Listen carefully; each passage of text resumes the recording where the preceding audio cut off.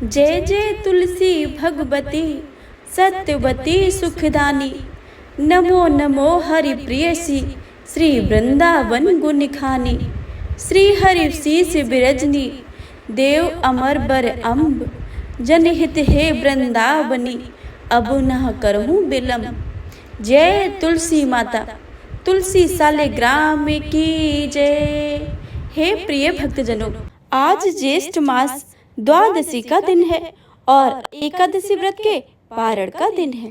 व्रत के पारण के दिन माता लक्ष्मी और तुलसी माता की कथाओं को बिना सुने व्रत का पारण नहीं होता है। तो आइए भक्तों, प्रेम भाव भक्ति से सुनते हैं तुलसी माता और लक्ष्मी माता की कथा।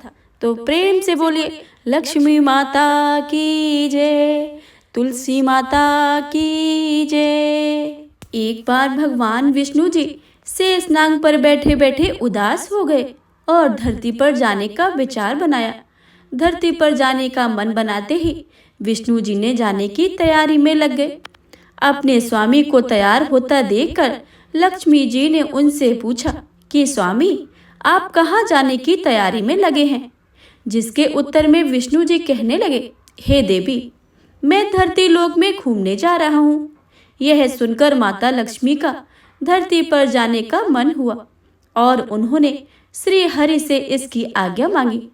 लक्ष्मी द्वारा प्रार्थना करने पर भगवान विष्णु बोले, आप मेरे साथ चल तो सकती हैं, लेकिन एक शर्त है, तुम धरती पर पहुंचकर उत्तर दिशा की ओर बिल्कुल मत देखना, तभी मैं तुम्हें अपने साथ लेकर जाऊंगा। यह सुनते ही माता लक्ष्मी ने तुरंत हाँ कर दी और विष्णु भगवान के साथ धरती लोक पर जाने के लिए तैयार हो गई। माता लक्ष्मी जी और भगवान विष्णु जी सुबह सुबह धरती पर पहुंच गए। जब वे पहुंचे तब सूर्य देवता उदय हो रहे थे। कुछ दिनों पहले ही बरसात हुई थी, इसलिए धरती पर चारों ओर हरियाली ही हरियाली थी। धरती बेहद ही सुंदर दिख रही थी। अतः माँ लक्ष्मी जी मंत्रमुग्ध होकर धरती के चारों ओर देख रही थी। माँ लक्ष्मी जी भूल गई थी कि पति को क्या वचन देकर आई थी। अपनी नजर घुमाते हुए उन्होंने कब उत्तर दिशा की ओर देखा, उन्हें खुद ही पता नहीं चला। मन ही मन में मुग्ध हुई माता लक्ष्मी ने जब उत्तर दिशा की ओर देखा तो उन्हें एक सुंदर बगीचा नजर आया। उस ओर से भीनी भीनी खुशबू आ रही थी। बगीचे में बहुत ही सुंदर सुंदर फूल खिले हुए थे। फूलों को देखते ही माँ लक्ष्मी जी बिना सोचे समझे उस खेत में चली गईं और एक सुंदर सा फूल तोड़कर ले आईं। फूल तोड़ने के पश्चात जैसे ही माँ लक्ष्मी विष्णु भगवान जी के पास वापस लौट कर आईं, तब विष्णु भगवान जी की आंखों में आंसू थे। माँ लक्ष्मी जी के हाथ में फूल देखकर विष्णु भगवान जी बोले, कभी भी किसी के बिना पूछे उसका कुछ भी लेना नहीं चाहिए। और साथ ही माँ लक्ष्मी जी को विष्णु जी के लिए दया आई और वचन भी याद दिलाया। और फिर भगवान विष्णु जी ने दी माँ लक्ष्मी जी को सजा। माँ लक्ष्मी जी को अपनी भूल का जब आभास हुआ तो उन्होंने भगवान विष्णु से इस भूल की क्षमा मांगी। विष्णु जी ने कहा कि आपने जो भूल की है उसकी सजा तो आपको अवश्य ही मिलेगी। जिस मालिक के खेत में आपने बिना पूछे फूल तोड़ा है, यह एक प्रकार की चोरी है। इसलिए आप 3 वर्षों तक मालिक के घर नौकर बनकर रहो। उसके बाद मैं आपको बैकुंठ में वापस बुलाऊंगा। भगवान विष्णु का आदेश माता लक्ष्मी जी ने चुपचाप सर झुकाकर मान स्वीकार कर लिया। जिसके बाद लक्ष्मी जी ने एक गरीब औरत का स्वरूप धारण किया और उस खेत के मालिक के घर गई।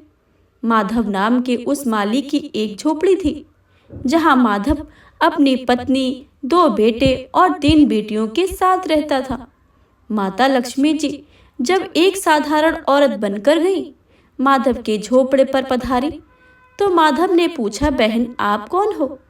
तब माता लक्ष्मी ने कहा कि मैं एक गरीब औरत हूँ, मेरी देखभाल करने को कोई नहीं है।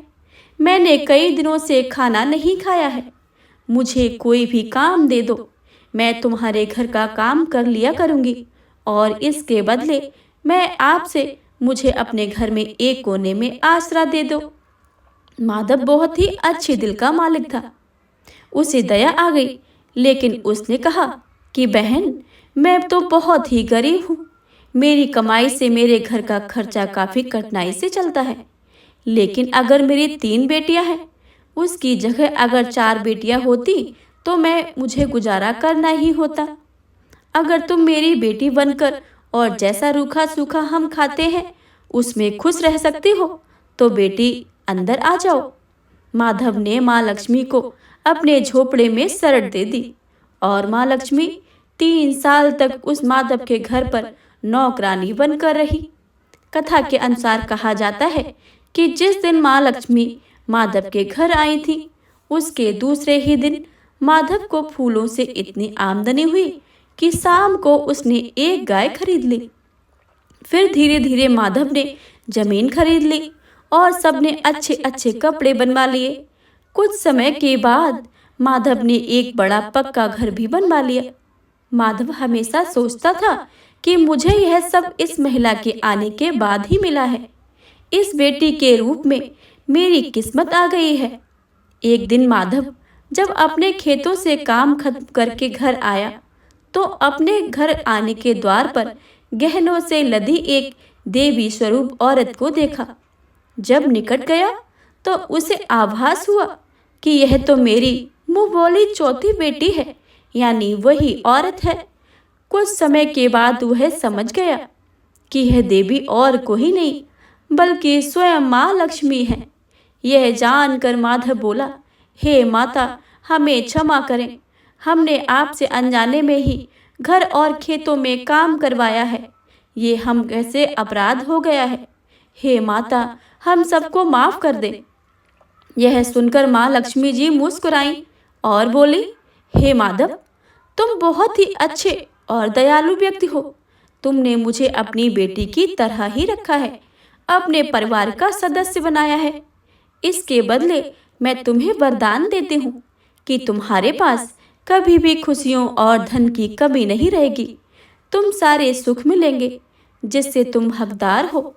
इसके पश्चात माँ लक्ष्मी अपने स्वामी श्री हरि के द्वारा भेजे हुए रथ पर बैठकर बैकुंठ धाम को चली गई। हे माता लक्ष्मी, मेरी आपसे विनम्र विनती है कि आप जैसे माधव और उसके सभी परिवार पर प्रसन्न हुई हैं, वैसे आपकी इस कथा को पढ़ने वाले, सुनने वाले तथा हुंकार भरने वाले सब पर अपनी कृपा की दृष्टि बनाए रखना। तो प्रेम से बोले लक्ष्मी माता की जय। अब आइए सुनते हैं तुलसी माता की बहुत ही दुर्लभ एवं पौराणिक प्रकथा। तो प्रेम से बोलिए तुलसी शालिग्राम भगवान की जय। एक समय की बात है, कार्तिक महीने में सब महिलाएं तुलसी माँ को सींचती थीं। जब महिलाएं तो तुलसी माता को सींचकर आ जाती थी, पर एक बुढ़िया माई तुलसी माँ को सींचकर कहती थी कि तुलसी माता सबकी दाता, मैं तेरा बिड़ला सींचूं तो मेरा निस्तारा कर। तुलसी माता अड़ुआ दे, लड़ुआ दे, पीतांबर की धोती दे, मीठे मीठे ग्रास दे, बैकुंठ का बास दे, चटक की चाल दे, पटक की मौत दे, चंदन का काट दे, झालर की झनकार दे, साई का राजभात दे, दाल भात का जीवन दे, एकादशी दिन दे और श्री कृष्ण का कंधा दे। इतनी बात सुनकर तुलसी माता सोच में पड़ जाती थी। एक बार भगवान श्री कृष्ण ने तुलसी माँ को इस सोच का कारण पूछ लिया। इस पर तुलसी माता ने बताया कि एक बुढ़िया मेरे पास रोज आकर इतनी बातें कह जाती है। इनमें से बुढ़िया माई को मैं सब कुछ दे सकती हूँ, पर आपका कंधा कहाँ से लाऊं? इस पर भगवान बोले कि तुम चिंता मत करो और बुढ़िया माई को आशीर्वाद दे दो। तुलसी माता ने वैसा ही किया। थोड़े दिन के बाद बुढ़िया माई मर गई। सब कोई उठाने लगे, पर इतनी भारी हो गई कि किसी से भी नहीं उठ रही थी। सब कोई कहने लगे कि पाप घाट की माला फेरती थी, जिसकी वजह से इतनी भारी हो गई है। तब भगवान कृष्ण ब्राह्मण के भेष में आए और वहां खड़े लोगों से बुढ़िया के कान में कुछ कहने का, उसको सब हल्का होने की बात कही। इस पर लोगों ने कहा कि तू भी अपने मन की निकाल ले। भगवान ने जाकर बुढ़िया के कान में कहा कि बुढ़िया माई, तू बिड़ला सींचे मेरा, मैं करूँ निस्तारा तेरा। बुढ़िया माई, अड़ुआ ले लड़ुआ ले, पीताम्बर की धोती ले, मीठा मीठा भात ले, बैकुंठ का बास ले, चटक की चाल ले, पटक की मौत ले, चंदन का काठ ले, झालर की झनकार ले, साईं का राज ले, दाल भात का भोजन ले, और श्री कृष्ण का कंधा ले। इतना सुनते ही बुढ़िया माई हल्की हो गई। इसके बाद भगवान श्री कृष्ण ने खुद उसे अपना कंधा देकर उसे मुक्ति प्रदान की और बुढ़िया को बैकुंठ धाम मिला। हे तुलसी माता, जैसे आपने बुढ़िया को सब कुछ दिया है, जैसे आपने बुढ़िया को मुक्ति दी है, वैसे ही सबको देना। आपकी कथा पढ़ने वाले, सुनने वाले तथा हुंकार भरने वाले सब पर अपनी कृपा बनाए रखना। प्रेम से बोलिए तुलसी माता की जय। तुलसी माता की तीसरी कथा। एक ब्राह्मण था, वह प्रतिदिन मंदिर जाता था। वह प्रतिदिन तुलसी माता का पूजन किया करता था। वह तुलसी माता से प्रतिदिन प्रार्थना करता था कि तुलसी महारानी मेरा आनंद करना। तुलसी माता ने सोचा कि यह ब्राह्मण तो बहुत सीधा है और बहुत ही गरीब है और प्रतिदिन मेरी पूजा करता है, मैं इससे कुछ ना कुछ करना चाहती हूँ। तो तुलसी महारानी एक कन्या का रूप बनाकर बैठ गई और उस ब्राह्मण को बोला कि ब्राह्मण, मैं तेरे घर आना चाहती हूँ। ब्राह्मण ने सोचा कि मेरे तो 6 लड़कियां पहले से ही हैं और 7 लड़कियों का मैं पालन पोषण कैसे करूँगा, लड़कियों की शादी कैसे कराऊंगा, मेरे पास तो कुछ ऐसा है भी नहीं। यह विचार करके वह बहुत परेशान रहने लगा। उसको तो खाना भी नहीं भा रहा था। एक दिन उसकी औरत ने कहा कि क्या बात है, आजकल तुम बहुत दुखी रहने लगे हो। तो इस पर ब्राह्मण बोला कि मैं मंदिर जाता हूँ, वहाँ पर एक छोटी सी सुंदर कन्या बैठी है और वह कहती है कि ब्राह्मण, मैं आपके घर आना चाहती हूँ। उसकी पत्नी बोली कि अरे, इसमें परेशान होने की क्या बात है, आ रही है तो आने दो। ब्राह्मण बोले कि पहले ही अपने 6 लड़कियां पहले ही हैं, तो उनकी भी शादी भी करवानी है। तो इस पर ब्राह्मणी बोली कि अरे, तो क्या बात है, अपनी 6 लड़कियों की शादी करवाएंगे, वैसे ही शादी भी करवा देंगे, अपने 7 लड़कियों की शादी साथ में ही करवा देंगे। अगले दिन जब वह ब्राह्मण मंदिर गया तो उस छोटी कन्या ने पूछा, ब्राह्मण, मैं आपके घर आऊं? तो ब्राह्मण बोला कि हाँ, चल बेटा चल। उनको घर लाकर ले आया। तुलसी माता के कन्या के रूप में ब्राह्मण के घर आने से ब्राह्मण के घर में बहुत आनंद हो गया। घर में लक्ष्मी की बारिश हो गई। जब ब्राह्मण 7 कन्याओं की शादी के लिए वर ढूंढने जाने लगे तो उस छोटी कन्या ने कहा कि मेरा तो शालिग्राम जी के मंदिर में जाकर शालिग्राम जी को बोलना कि बारात लेकर आए और मेरी 6 बहनों की तुम्हारी इच्छा से वर ढूंढ लेना। तुलसी महारानी की मेहरबानी से उसके तो सब जेवर, कपड़ा, खाना और सब कुछ तैयार हो गया और अच्छी धूमधाम से उनकी शादी हो गई और ब्राह्मण के घर तुलसी माता टूटमान हुई। हम भी तुलसी माता जी से यह प्रार्थना करते हैं कि हे तुलसी माता, जैसे आप ब्राह्मण पर टूटमान हुई हैं, वैसे ही हम पर भी होना। जैसा आनंद ब्राह्मण के घर करा है, वैसा ही सबके घर करना। प्रेम से बोलिए तुलसी माता की जय। तुलसी माता की अगली कहानी के अनुसार, एक बुढ़िया थी। उसको तुलसी पूजा करने का नित्य का नियम था। वह प्रतिदिन खाना से पहले पूजा करती थी और उसके बाद ही खाना खाती थी। वह तुलसी माता से प्रतिदिन प्रार्थना करती थी कि हे तुलसी माता, सत की दाता, खाड़ खीर का भोजन देना, पाठ पीताम्बर का वास देना, योगियों जैसी मौत देना, स्वर्ग का वास देना, राम लक्ष्मण का कंधा देना, सीता जी की चाल चलावा देना। यह सुनकर तुलसी माता सूखे ही रही थी। राम लक्ष्मण उधर से निकल रहे थे तो उन्होंने पूछा कि तुलसी जी, आप क्यों सूख रहे हो?